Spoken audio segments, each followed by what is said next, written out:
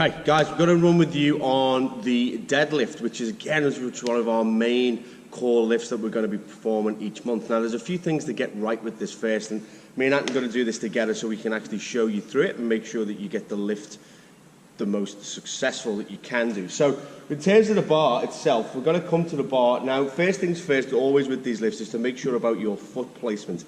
There's a number of ways you can put your feet with this, and there's a number of types of deadlift that you can do, but we're going to stick with the standard format. So we're going to be looking for your feet to be roughly about hip distance apart as you come underneath it, so you've got a nice stable base.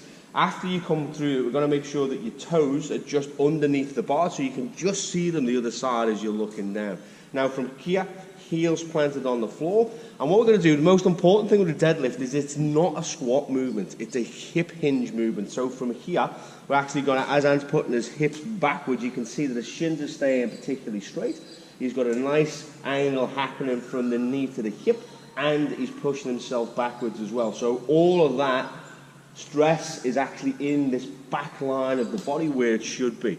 Now, in terms of when he comes down to the bar, what we're going to do is come down to the bar. His chest is staying nice and central over the top of the bar. His hands are on the outside of his knees. And then as he drives up from the ground, you're going to find it come right the way up and through. So his chest is lovely and proud, his shoulders are pulled right back, and his glutes are engaged. Now, that's what we're looking for as we lift through. So I'm going to come back down to the ground again, drive her up from the ground, pull it right the way through. Excellent with the movement. Sitting right back down again.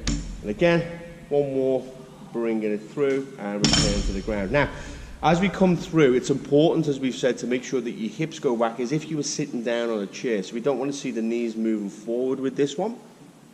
Also as well, we're just making sure before we start the movement that we're just pulling that belly button in slightly to make sure those cores really nicely engaged before he starts to lift that weight up. So we're just going to twist this round now so you can actually see it from the front. So you can see that movement from the front as we come through. So exactly the same in terms of the setup. The feet just about hip distance apart, toes underneath the bar. Chest is going to be nice and proud as it comes down over the top of the movement.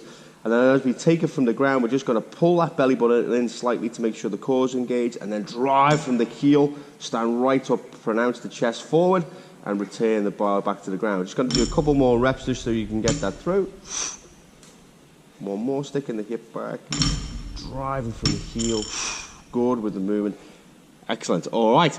So now, from this, we're just going to give you a little bit of a variation as well. Now, obviously, with ways to improve the difficulty with this is obviously to increase the amount of weight that we're using. But we're also going to give you a progression adaptation that we can use here as well, which is a single leg deadlift. So, just from the front, as we come forward, we're going to put one foot slightly behind, still hip distance apart, as Ant's doing here. And then it's exactly the same. It's exactly the same. So we're going to come down with our chest over the top of the bar. We're going to take a grip wider than the leg, and we're going to drive up. Now, the emphasis here is obviously in this left-hand leg. As we drive up from the ground, good. It's coming through, chest nice and tight over the top of the bar, driving from the heel, pushing ourselves forward. Now, if we just turn this round to the side so you can see it, again, making sure we're in the right position, coming down. So the emphasis now is on that front foot, in that front heel. Okay, exactly the same principle though. You're keeping the belly button drawn in, you're pushing the hip back, keeping the shin nice and straight, chest over the top of the bar, driving her up from the ground and lowering it down. Perfect.